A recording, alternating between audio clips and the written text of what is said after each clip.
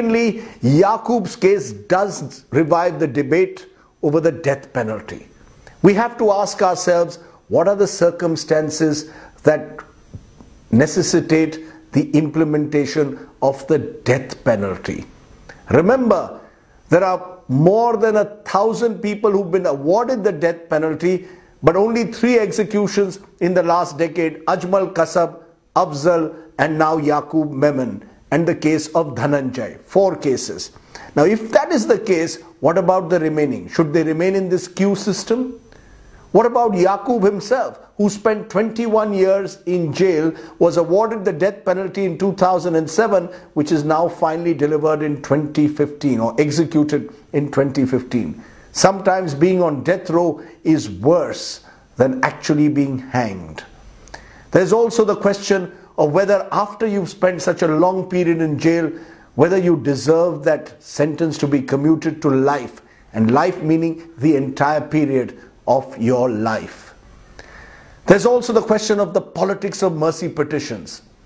Are mercy petitions going to be decided on the basis of the gravity of the crime, of the nature of behavior of the person who's been convicted, or on the political clout that an individual has? Rajiv Gandhi's assassins get support from the Dravida parties, get away.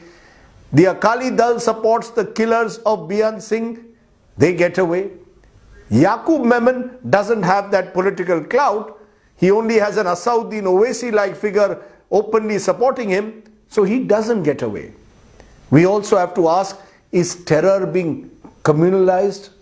Are we looking at terror culprits on the basis of the religion that they have? And should the likes of Owaisi or VHP members who ensured that Dara Singh, for example, in the Graham Staines case did not get the death penalty, should we ask them? Are they going to look at the nature of the crime or the religion of the criminal? Let me put one final point. The 1993 Bombay blasts were a direct fallout of the Mumbai riots of December 92 and January 93.